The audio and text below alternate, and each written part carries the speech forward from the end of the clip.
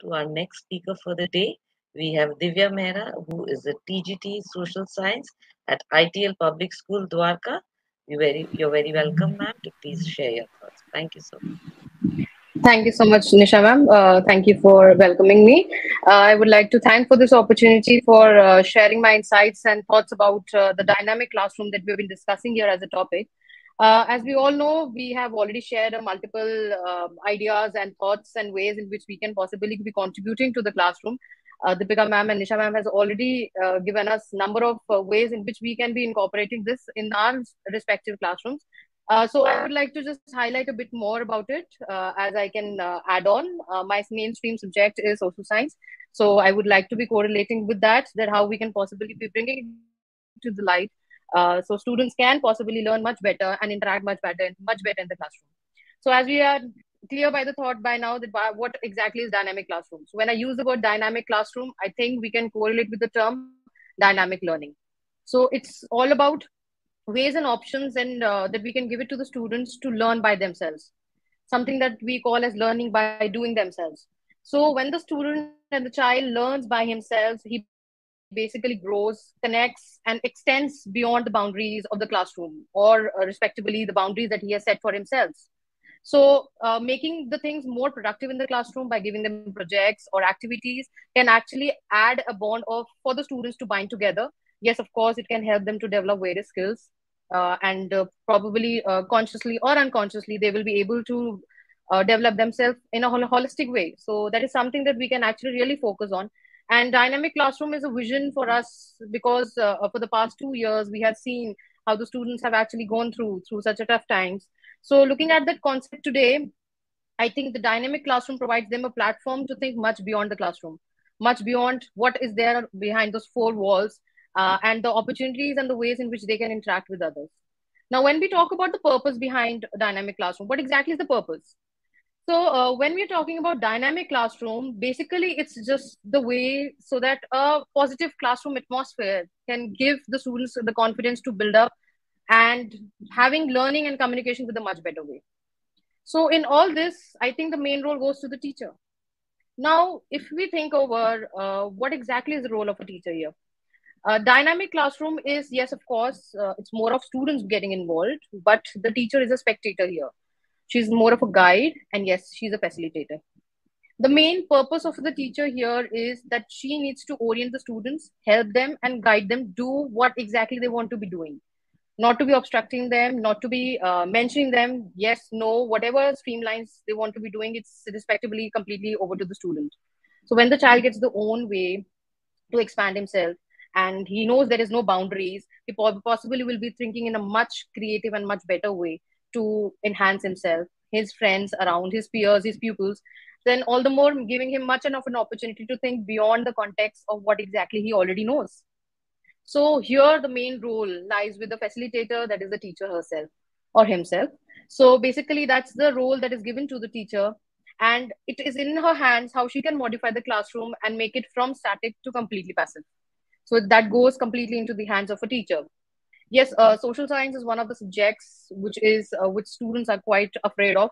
So it's a kind of a norm created among them. Something that can we teachers as we as teachers can break a barrier about is designing and inventing some activities which possibly makes it easier for the students. Nisha ma'am has already shared multiple of them. Deepika ma'am has highlighted the other few.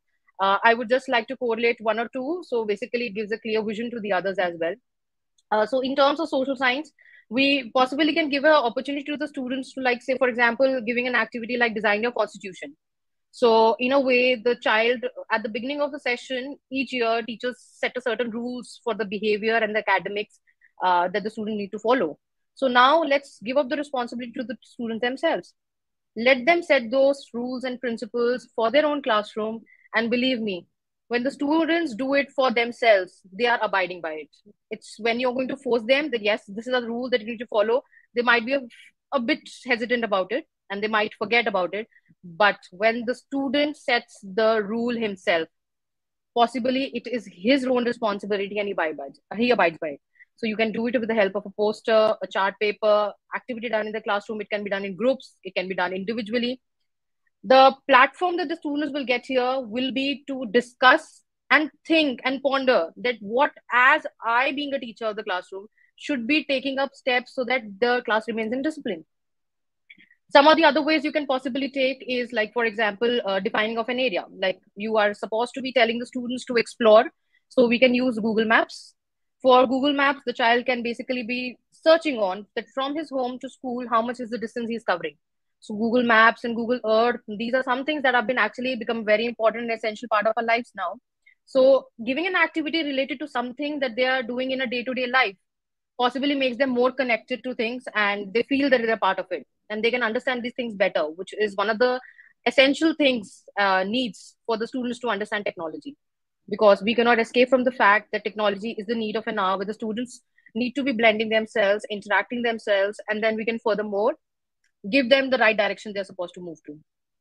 Other than that, ma'am has already mentioned about singing activity, rap songs. You can take up for the continents, for the latitude, longitude, states, and capitals. This overall helps the child to develop his motor skills, which possibly is an overall holistic development for the child. He might not be believing it and not being able to understand it, but the way he is going to catch up with it is ultimately going to develop him overall. So we have multiple activities we can take up. We can take up graphic organizers. History can be very innovative. You can take up the political cartoons as you get in the newspapers as well. You can take up those political cartoons to be explaining history. And there is virtual fields. Like, instead of going to the fields, we can actually have virtual museums. We have virtual field activities. We can take up from the geography field virtually for them to analyze, understand the situation just by using the technology in a much better way. So when we try and test with the students, we have multiple ways. Even Google Alerts, it's one of the sites which basically gives an idea and interpretation to the students that they can analyze the overall perspective of the disasters that has been taking place. So region wise, they can understand the disasters which are being specifically being oriented in that respective region. So in a way, we can actually give a platform to the students to, I think, help and develop others as well. So when your child develops within himself, he has been able to develop other students as well. And dynamic classroom is basically a kind of an atmosphere we create for the students where the learning becomes so easier that the teacher basically is just supposed to guide them and help them go with it. So we have multiple activities we can be incorporating. And with this, we possibly can be focusing on that dynamic classroom is the future now. We have to create an environment for the students that the child learns within the classroom itself so abundant and bulk that possibly he is being actually filled up with thoughts and ideas and knowledge when he's returning back home. Peer educators is also one of the ways. The moment you tell them be a teacher, give them a topic, they'll come to the front and they will be so good and they will be actually be presenting it so well. We have practically followed this multiple times in our classroom, and the students come up with so beautiful ideas, ways of presentation and activities that possibly the teachers also believe that it's just a new way, because the children will definitely will be hearing his pupil much better and they will be learning from them that how possibly we can also take up with an activity in a very different way. The peer educators is also very good activity.